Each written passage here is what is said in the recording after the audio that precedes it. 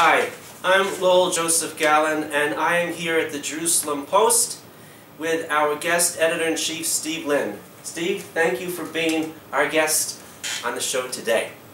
And first I want to tell you something that you wouldn't know if I don't tell you. Steve is sitting in a very historic chair, which is the chair of Gershon Agron, the first editor, the founder of the Jerusalem Post, who is, can you see him?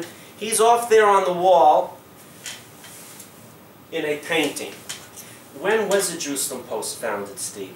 Well, it was founded almost exactly 80 years ago, the beginning of December 1932. So that means we've just had our 80th birthday, and we're going into our 81st year. Maybe I should get up so you can see the chair a little bit. Okay, well, here's the chair, Gershon Agron's chair, which is, you need to take out an insurance policy before you sit in it because it may collapse underneath you. Yeah, it's sort of falling apart. We need to do a bit of a job to fix it, I think.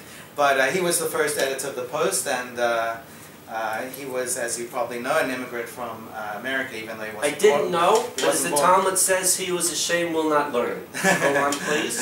Even though he wasn't born in America, but he was editor of the Post for many years, until he became mayor of Jerusalem, and that's a position he held for 4 years until he actually died in office. So 1959, I believe.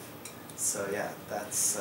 Steve mentioned 80 years ago the Post was founded. 80 is a very special number. We are now reading through the Torah readings dealing with Moses liberating the children of Israel from the land of Egypt. And we read that Moses was 80 years old and his brother Aaron was 83 when they went before Pharaoh. The Talmud also tells us that they were gigantic. Mesopotamian, North African basketball league Israelite giants. The Egyptians actually were much smaller. They were very intimidating.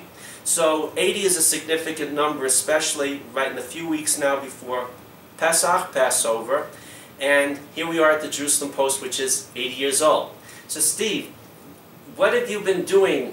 We agreed to talk about this. A day in the life of Ivan Denisovich. A few days in the life of the editor-in-chief of the oldest English language paper in Israel. What's been going on? Well, you know, my job's pretty busy, as you can imagine, but in the last day or two I've done some interesting things. Last night I attended a dinner at the King David Hotel for the Christian Allies Caucus in the Knesset, which honored very good Christian friends of Israel, including a woman named Dr. Petra Helt, who was actually wounded in a terrorist attack and has stayed here ever since, for maybe over 40 years, something like that, and that was a lovely event. It's nice to see how much, especially evangelical Christians, love Israel.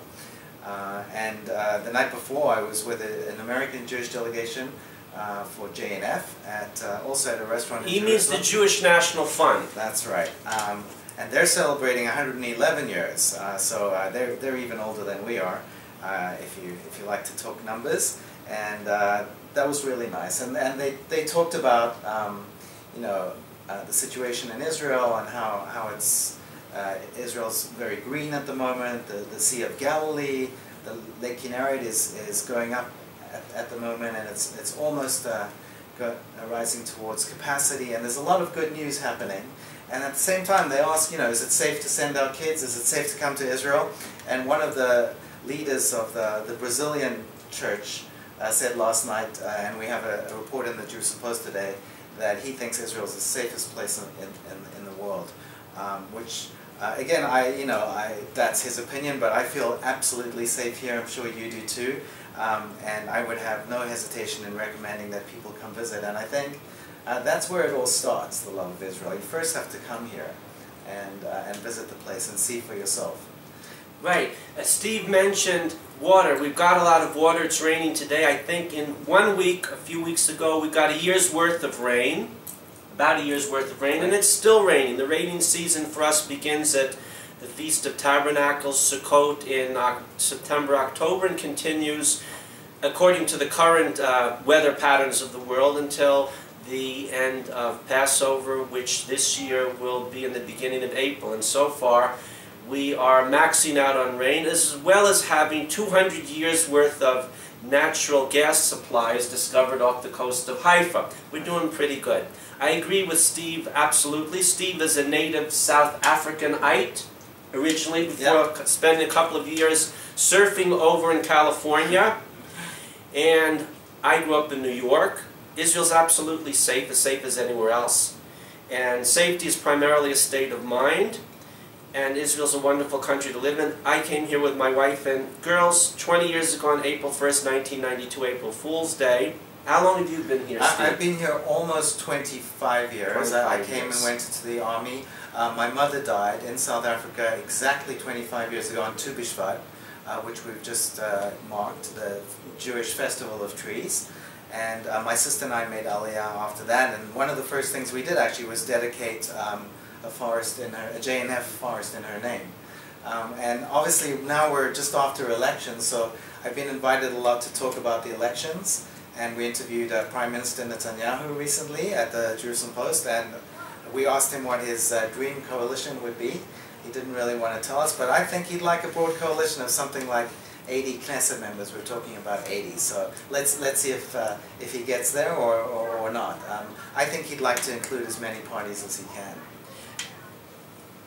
Well, we'll wish a big bracha, blessing for them. Let's go back for a moment last night to the King David Hotel. Steve was at the King David Hotel for a dinner of the Christian Allies Caucus to honor an old friend of Israel, Petra Helt, an Evangelische Kirche Deutschland's pastor, a ordained minister from the Lutheran Church of Germany. I know for many years he mentioned she was wounded in a terror attack. I remember that. I visited her in the hospital at Hadassah. She has a wonderful husband, Malcolm Lowell, who is Welsh, who is a classic scholar, and they have been faithful friends of Israel for a very, very long time. And if there's anyone who deserves a dinner in her honor, Petra, when you see this, a thumbs up from me. We haven't seen each other in a long time, and I want to get you in for an interview on my show. Now, about the King David.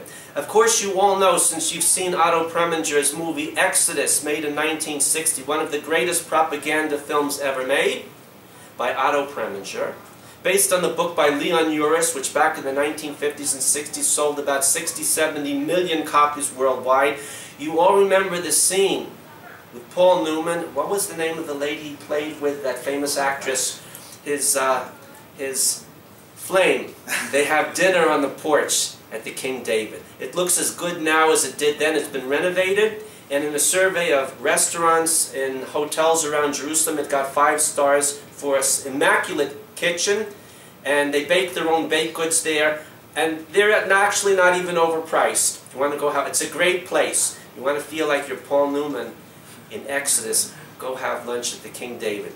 So and he mentioned trees. When my mother was a little girl growing up in New York, she took those boxes from the Jewish National Fund to collect money with my grandfather on the subway, and everybody gave their pennies and dimes in those days in the 1930s and 40s for the Jewish National Fund.